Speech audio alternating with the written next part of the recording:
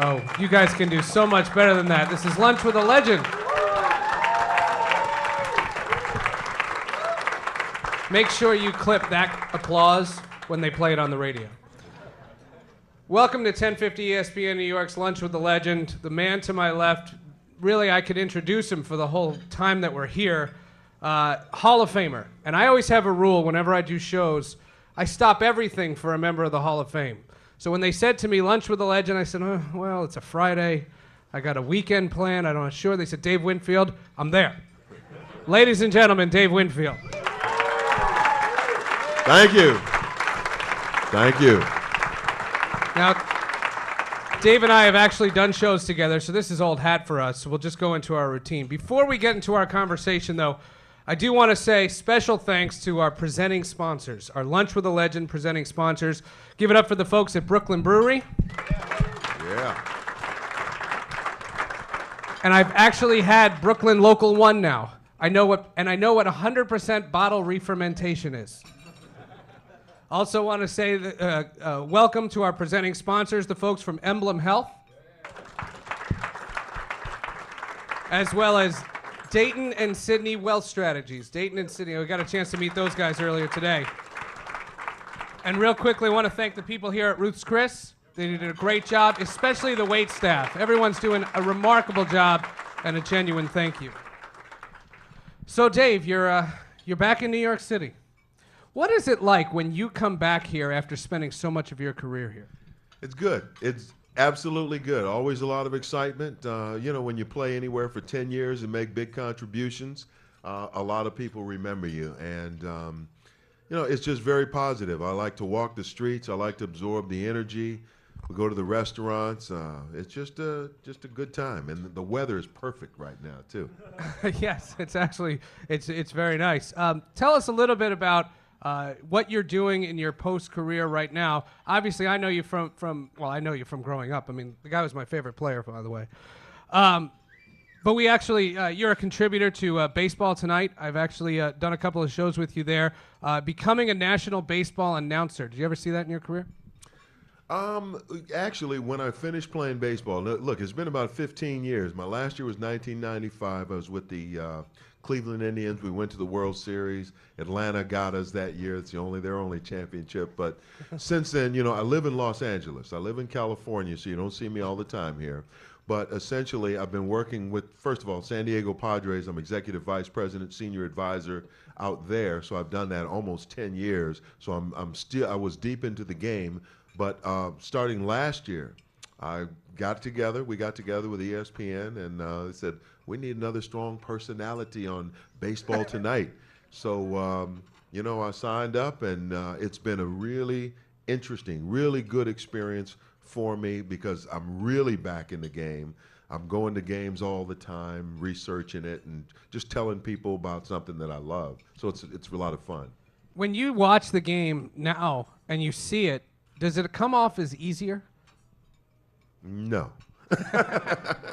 No. I was fortunate. I played professional baseball 22 years. I started when I was 8 years old, Seth, and I played it every year, got a college scholarship, played in both leagues, both countries, both coasts, and I went back to playing with guys like Willie Mays and everything else. But it's never easy. Even the guys that are doing great, it's hard work, but it's a great job and it's a lot of fun. So it doesn't look easy now. The further away you get, it's a lot tougher. Let's talk for a second about your career in growing up. You're from Minnesota, and you have the distinction of being drafted professionally in 4 separate leagues in 3 different sports. You were an athlete that can play different things. You had basketball, you had football, you were drafted by the Vikings, and then, of course, you had baseball drafted by the Padres. What was it, and why did you choose baseball? Well, first of all, in my era, when I was coming up, I was talking to a gentleman at a table. We were the same age. When I was coming up in the 50s, baseball was the #1 sport in America. Boxing was high on the list. It wasn't basketball. It wasn't NBA. They didn't care as much that Bill Russell was winning championships and football. 40 plus years ago, they didn't think the Super Bowl would succeed. Can you believe that? That baseball was just a path that I followed. I enjoyed it. I loved it. It worked out well for me. And it was the right choice. Were you tempted by the other sports? Was there another sport that you maybe were leaning to that was a close neck-and-neck battle? Second sport would be basketball. I enjoyed playing basketball, being in great shape. I was quick, I could jump, I had a shot. I could either out-finesse or overpower the opponent. And I enjoyed that, but baseball, for some reason, since I was a kid, to get out on the mound, and I always had a good arm, or to hit the ball. I always used to want to, it wasn't about how many home runs or how far, it was how hard could I hit a line drive. And I carried that into my professional life. And when you get drafted, one of the things that the Padres had promised you was because they didn't want you to consider the other sports, they put you right on the major league team. You were 22, you never played a lick of minor league baseball. Correct. I'm one of less than a half a dozen people in history that have ever gone right from private life to become a professional on the major league field. And believe me, it was not easy. It wasn't easy. It took me 4 years to become an all-star. I was half pitcher and half everyday player, so you know it was a difficult transition. But I came early, worked hard, and finally developed my skills, and it worked out well. The everyday citizens are all envious. I can see all the regular citizens. So then 1980 comes about, and you have some choices to make. You had made waves with the Padres. You'd become an all-star, as you mentioned. And then you have a decision, and let's get to the heart of why everybody's here today. You came to become a New York Yankee. What was the thought process going in? Why did you pick New York? 1980, I was about to become a free agent. Only about 3 or 4 years before that did free agency come into vogue. Right. And I was the top guy on the market from small San Diego at that time, and everybody was interested in me. I remember coming to New York with my agent just to kind of hole up and let people come to us. Let the mountains come to Muhammad, I guess you could say. And so we talked to a lot of teams, and ultimately the Yankees, they had a very good deal, but it was almost as much about where do I have a chance to win, because I had played 7 years in San Diego, and we had 1 year where we were over 500. You know what I mean? After a while, you know, that can beat you down. And so I remember the contract. I'm going to tell you honestly that I signed before that, 3 years before that. I was probably the 5th highest paid guy in all of baseball, and I was happy, you know, but it was quiet. And then all of a sudden we went out that night right after I signed the contract, probably lost, I think, 12-2. And I said, oh, man, what have I done? So it comes a point in your career, it's not all just about the money or becoming all you can be. It's about, do I have a chance to win? And I thought we did in New York. I want to send a special shout out to the folks watching on ESPNNewYork.com and also the folks who are listening to 1050 ESPN New York, because a portion of this interview is going to be aired on 1050 ESPN New York. So you become a Yankee. It's all the pomp and circumstance. You were the big free agent ticket, and that team had come off a couple of World Series. They didn't win in 79 or 80, but they had been a very good team. They had returned to prominence, the renovated Yankee Stadium. So you come in. What was the recruitment process like? What did the Yankees say to you, and who did you talk to? Well, it was George Steinbrenner and a lot of his people in the front office. I've heard of him. You heard of him? And what was the process like? They were offering a lot of money, and they were offering to support me with my foundation, and that was very attractive.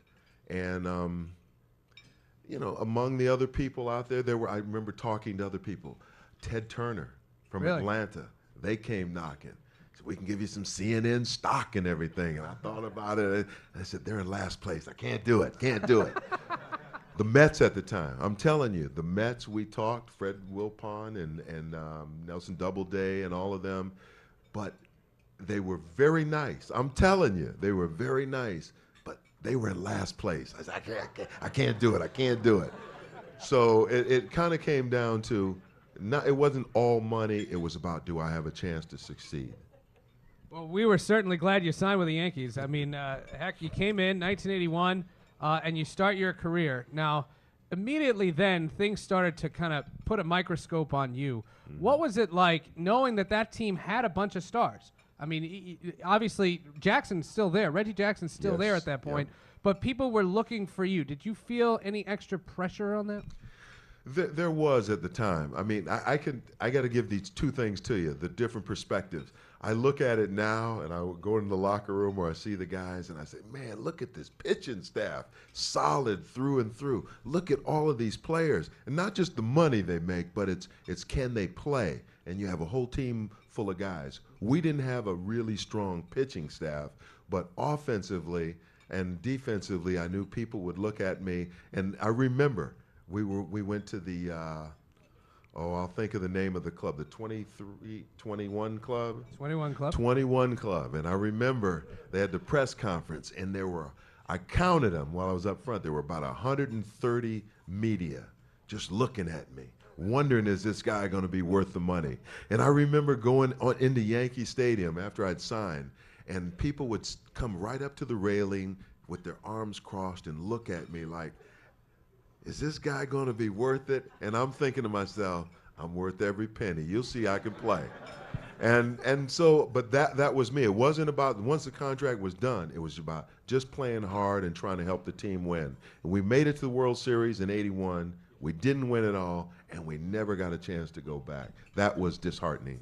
Was that a situation when you guys lost? And you're a very big team guy. I've known you a while now, and you're a team guy. So the bottom line was the Dodgers won that World Series, but you didn't have a great World Series. Mm-hmm. And as a result, again, connecting the dots from what I asked you earlier, if the target's on your back and you don't have the good World Series and the team doesn't win, was there more pressure that you put on yourself or more pressure that you found from the team, from the media, from the fans? Truly, I think, George Steinbrenner was more vocal at that time. And so he said we're still having lunch. I wanted to ease into that. Yeah, no, he said a couple unkind things, but overall, I remember going to his office after the World Series, and I thought I had a pretty good relationship, and I said, that's all right, I owe you one. I really did. I remember just like, hey, we're going to get back there, and I've got something for these guys. And it was unfortunate because you can be a very good player, and in baseball, you can't always impose your will on the opposition.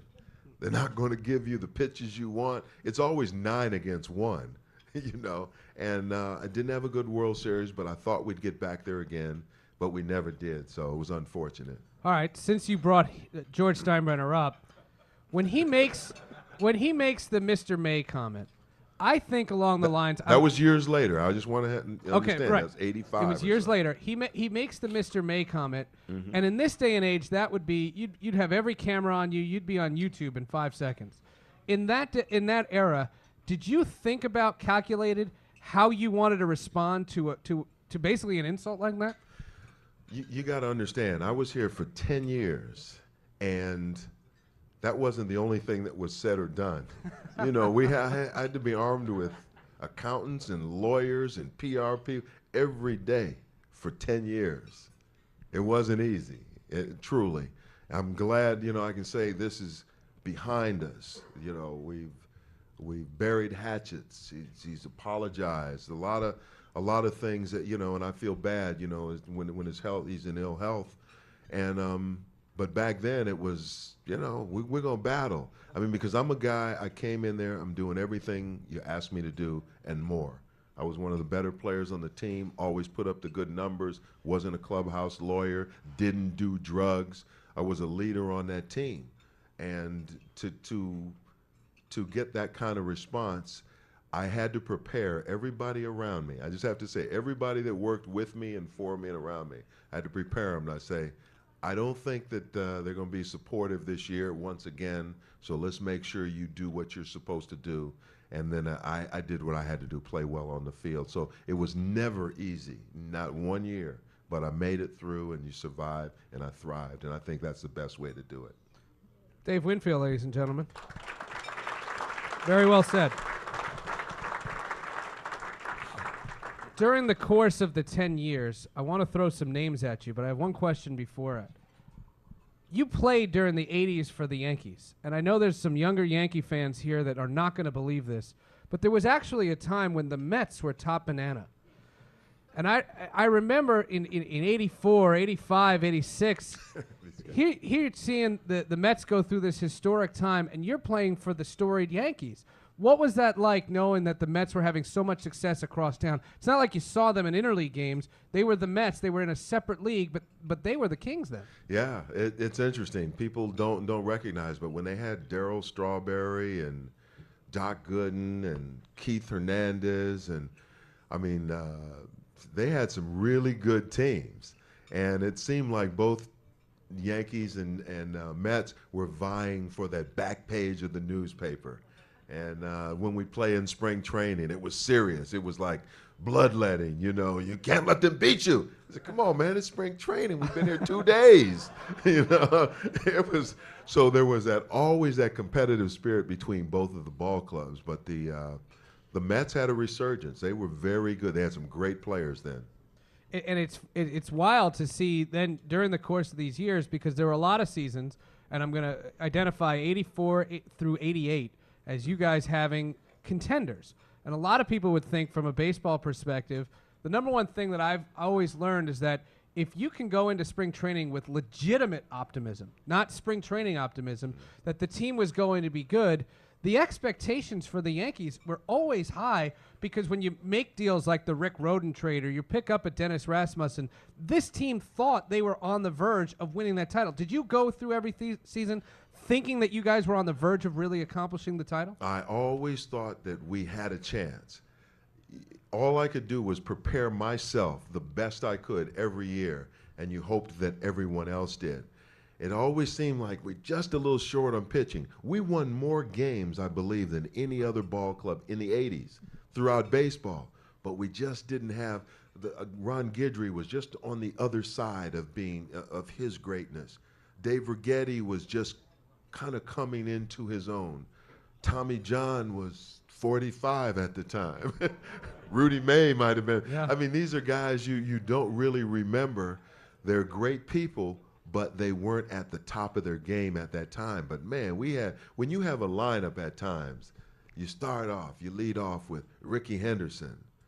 You go Willie Randolph, Don Mattingly, Winfield, Baylor, Griffey,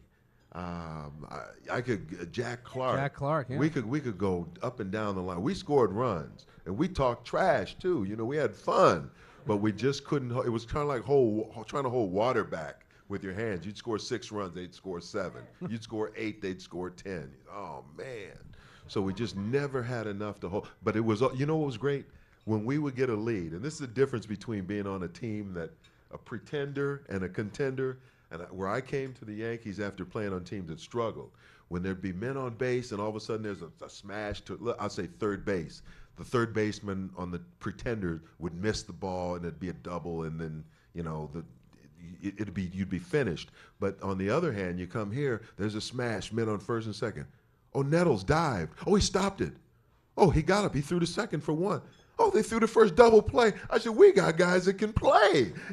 It's really a revelation, you know. I mean, I had been for a team that for so long you'd say, oh man, how do we beat these guys? You're always losing 2 out of 3 or 3 out of 4, and it was a pleasure playing here. We had some great teams, but never enough pitching.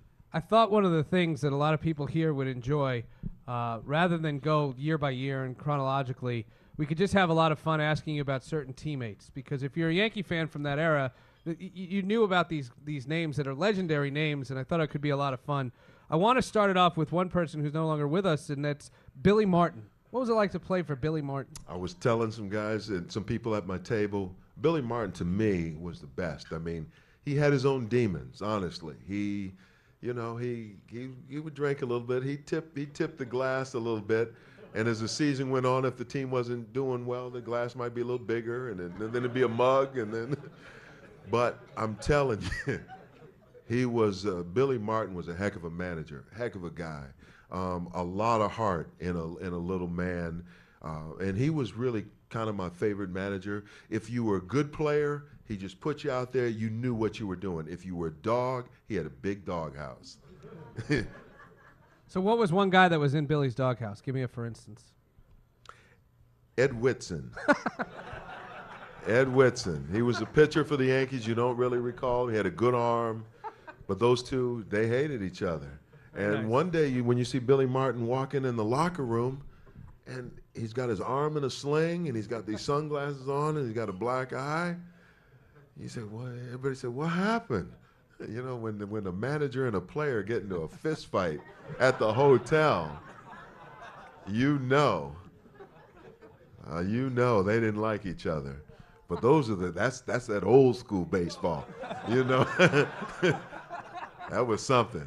That was just one of a million stories. And great. One other name, and we have a couple of them. A guy that you played with, and then you had to play for, Lou Piniella. Lou Piniella. I like Lou. I really do. Lou is a very intelligent, versatile guy. He was a decent player. I mean, he wasn't like an all-star or anything, but Lou knew hitting. Lou is one of the few people that helped me with hitting. You know, when we're teammates, and then he became a coach, but he's very intelligent. Here's a guy, I mean, he's been a broadcaster, he's been a general manager, he's been a coach, he's been, a player, he's done everything. And here's another guy, a lot of heart, a lot of spirit. And when he gets disgusted on TV, he's truly disgusted, because he wonders, why don't these guys play hard or play the right way? That's the way he was. And so I like Lou a great deal. I look forward to interviewing him on ESPN during the course of this year. You'll see an interview. That's a lot of fun. And he, of course, now managing with the Cubs, and it's just fun to see him shrug his shoulders, and he's going, well, Winnie was a good player, I like when he come to home plate and they call him out and he's sitting in the dirt like a kid in the sandbox and tomahawking his helmet or something like that. Lou had he could snap with the best of them. All right. Speaking of the one-liners that I would imagine you can spew out, what was it like to play in the same outfield with Rickey Henderson? All I can tell you, Rickey is great. Rickey is one of the best players in the history of the game. And although he may not be a spokesperson for your company or whatever, Rickey is funny. Rickey has a good time. And I'm going to tell you this.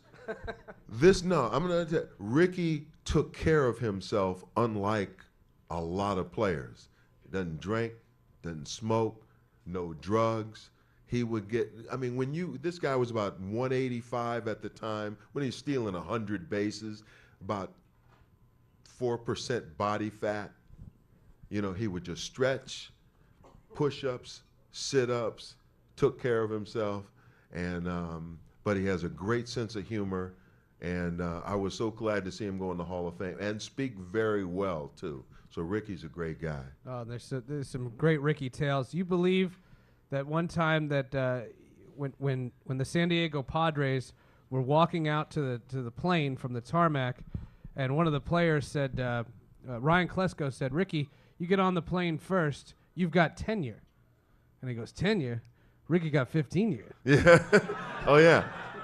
And specifically, I mean, when you talk, Rickey has done some interesting. I'll tell you this: he got bonus money. He got $1 million bonus from the A's, and after a month or two, the GM, I think they came to him and say, "Rickey, we gave you this money, but we got to get our books straight. What's going on?" He said, "Oh, I put that up on my wall." He's admiring it. He didn't put it in the bank. He was admiring it on the wall.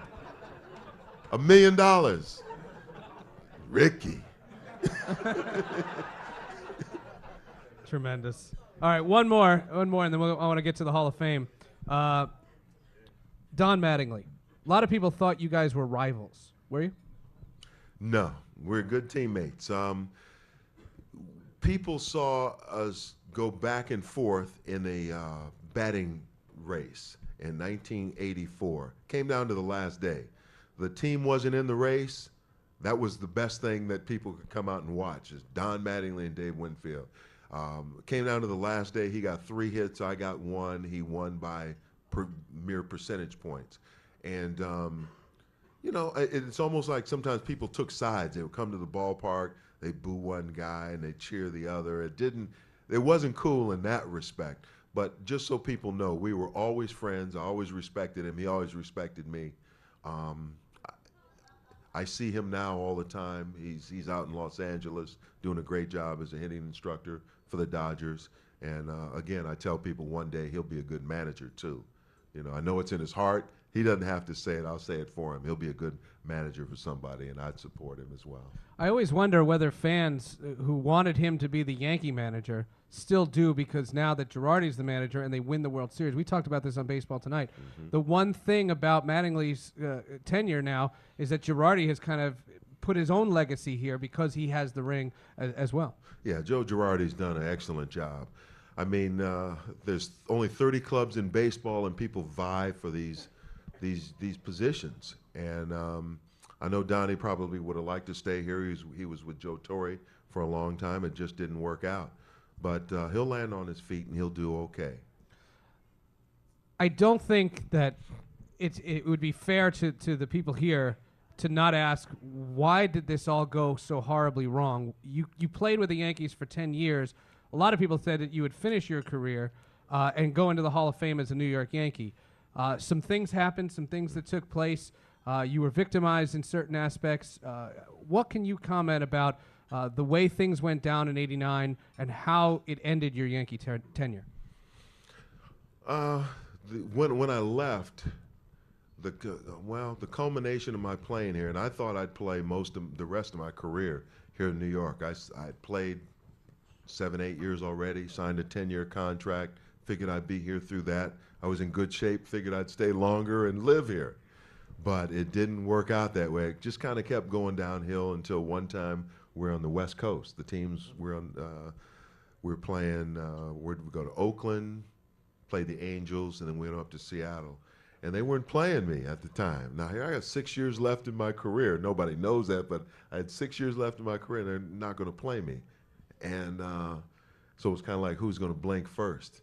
And then I wasn't going to blink. I didn't say anything. And then we were in Seattle. And Bucky Dent was the manager at the time.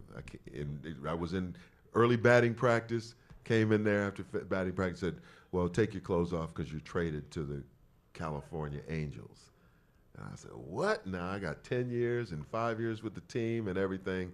And they had a press conference, and they said, we just traded Dave to the California Angels. And I walked in the room and I said, and I ain't going. And so that was a whole big thing. I really won't go into all of that. It's a book, it's a movie, it's whatever. But I said, I ain't going. I wasn't prepared, I wasn't ready, I didn't want to go. And but that was the way it worked. You bounce around, you play for the Angels, you get to go to Toronto, and I just wanted to ask, because I think it's important for anybody who really wants to appreciate your career. You did reach that pinnacle. You are a world champion, and you did it with the Toronto Blue Jays. What was that experience like, being part of a World Series winner? I'm going to summarize it real quick. I was home. It was around Christmas. The Blue Jays called, made an offer as a free agent, and I said, man, they just made my Christmas. Because the team was close. They were that close. And I knew that if I went there, I could help them get over the hump. And Cito Gaston, who's the manager today, we were roommates. We were teammates in San Diego when I first came up. He was a veteran and I was a kid, and he took me in. So I said, I'm going up there with Cito. And you know what was great about that year? And people, you can't relate to it compared to today, where they draw 10,000 people, 12,000 people to a game in Toronto. We sold out every day. 50,000 people came. We're the first team to get 4 million fans. And when we stood on the baseline, in regards to the question you asked before, you start spring training. When we stood on the baseline, looked at the other teams, whoever it was, we just have we kind of look at them and smile and say, we're better than you. And then we had to prove it throughout the year. We did. And all I can say is when we won, it was different than winning for a city or a county or a state or a region. It was for a country. And I tell people, I go up to Canada now, they say, oh, you don't need a passport, brother. Come on up. Come on up, Winfield. You know, I said, that's what I'm talking about. So we it's that way today. It still is. I want to make sure that we get a couple things in before we wrap this up, and we hope everybody's enjoying their lunch here. You get inducted into the Hall of Fame. First of all, when you got the call, when Jack O'Connell calls you and says, congratulations, you're an inductee to the National Baseball Hall of Fame. I asked you about your emotions when you signed with New York. What about when you got that phone call? Oh, it was great. 5 years after you play, I'm home. My kids are there, my wife. I was just anticipating going in the hall. And I'm trying to think if it was Jack O'Connell that called me or the commissioner, because they had the cameras in my house. And so I click on the speaker, and they said, hello, Dave. I said, hello. And then I fumbled and clicked, and I cut them off. So they had to call me back to tell me I'm going in the hall. I was nervous, but we had a lot of fun with that, and it's great. I'll just say this, going to the Hall of Fame, when I was a kid, I just wanted to play baseball. I loved the sport. My brother and I played it. That's what we did. That was our life. And then to get a college education, then to play professional baseball, travel the world, and then when my career was over, to reach the pinnacle of the game, it's kind of like getting your PhD. All I can say is I love the sport. I will always promote it because of what it's meant to me. And that's why I'm always excited, even when you see me on TV talking about the sport, trying to get people involved. But that's what the Hall of Fame did. I'm so pleased. I reached the pinnacle of the game. I never expected it, and I respect it a great deal, and that's how I feel about it. You've done a lot of things since your induction to the Hall of Fame, one of which I think we should note. It was a project I got to work on with you a couple of years ago when you had the book that you had written about the promotion of African-American players in baseball today. Just a quick statistic from your book that we did a lot of features on. In 1975, 28% of Major League players were African-American. In 2006, that number had dwindled to 8%. Mm-hmm. It was a fascinating statistic and a fascinating piece of research, but I'll ask you the question I asked then, which was, you're a retired player, you're a member of the Hall of Fame. Why did you feel the need to have to bring something like that to light? Well, overall, my book was called Dropping the Ball, and it was really explaining to people where baseball was, where it is today, and where it can and should, and I hope it goes in the future. So the book, I covered a lot of things, and in it, one of the chapters was what's happening to African-American players. In fact, I named the chapter The Last Black Player. And I was just pointing out from Jackie Robinson, today this kid would be 12 years old, he would have to live in this kind of community, have to have this kind of money, and this is what he would go through. So that was one of the chapters. And I just thought that it was necessary to cover that because it's one of the issues today. It's not a problem because anybody can play the sport if they want. Baseball, and they just put out some things on diversity. Baseball does a heck of a job, I'm going to tell you. If you want to work in a front office, you want to work on the field, you can do this. You can be involved. And I'll just say this, and to any young kids listening or the parents listening, your competition, I would show you. You go to the islands, you go to the Dominican Republic or something, where they're making $1,800 a year total, and you have option of abject poverty or baseball and be a king. There's a long line in that baseball line. And all the kids here who are focused on the video games, or they got a lot of things, other things to do, that is your competition. So it's worldwide, it's international. So that's what I'm saying. Very well said. I just got word that we are allowed to take some questions from the crowd. So if there's anybody that would like to ask a question, you can raise your hand. I guess we can identify people. How about that guy right over there? Speak up because this microphone's not going to stretch. Dave, are you aware when you played of the unwritten rule of not stepping on Yeah. He's asking the question about the unwritten rule about, yeah. I wouldn't dare run across the pitcher's mound if I'm in. It's something no one's ever really done before in our lifetimes that we're looking at. But the pitcher is trying to control the game from that mound. And if you run across the mound, I might have had a word or two to say to the guy. I'll tell you, the most that I ever did, if I didn't like the pitcher, and Nolan Ryan was a tough competitor. He'd get you out after he threw one under your chin, and you'd run by him and you stare at one another. But I don't think I would have run across the mound. It's just one of those things. The kid snapped, he was upset, and Alex probably never thought about it either. I can't recall. You ever recall, Seth, instance like this before? Run across the mound? Not running across the mound, but I do remember Alex when he yelled "ha" at that third baseman in Toronto. Yeah. I do remember Alex when he slapped the ball out of Bronson Arroyo's hand. So if we want to do a lunch with a legend for Alex Rodriguez, I got a long list. I bet you do. Let's grab a couple more. Right over here. Yes, you, ma'am. When was the last time you actually spoke to George Steinbrenner? The question was, when was the last time you spoke to George? I believe the last game at Yankee Stadium when he came out. It was either the last game or the first game where he was on a cart. It was just a brief exchange. There were a lot of people around, but that would have been the last time. But in person, we're extended period of time in Tampa, probably about, I think it's been about 2 years. I had been to the Yankee facility, first time ever, and just make sure that things were fine with us. I knew he hadn't been feeling well, so that's what I did. We got one more. Oh, right over here. The new Yankee Stadium and the new City Field and a lot of the other new fields have at least 10 to 15,000 less seating capacity than the older stadiums, which were more user-friendly and for the younger people and for people to be able to come and see the game. Now it's all about money.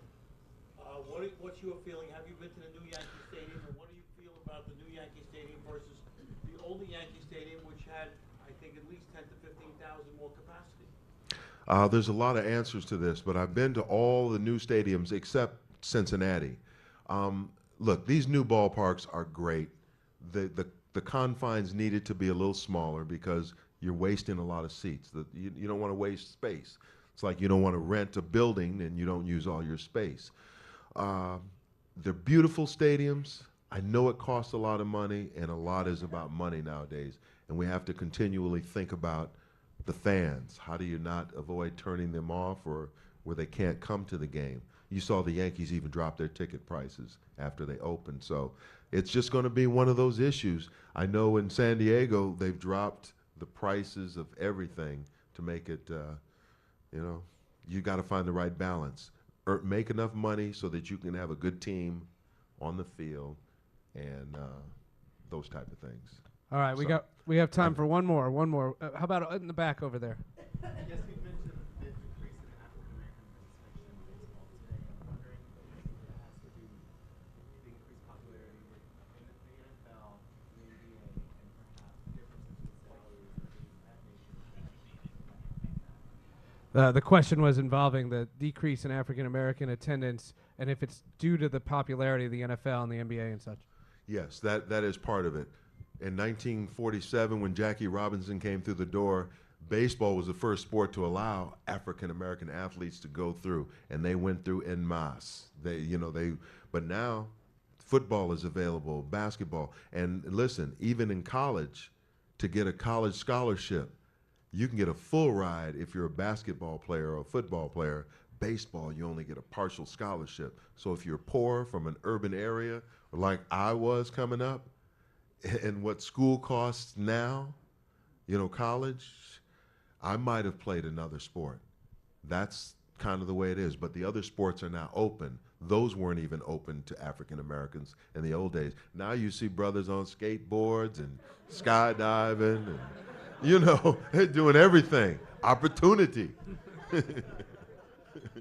Dave, this has been a lot of fun. We've done a lot of shows together, but I think the people here got a real chance to get to know you a little bit better, and I really appreciate you coming down here. My pleasure, Seth. Thank you, everyone.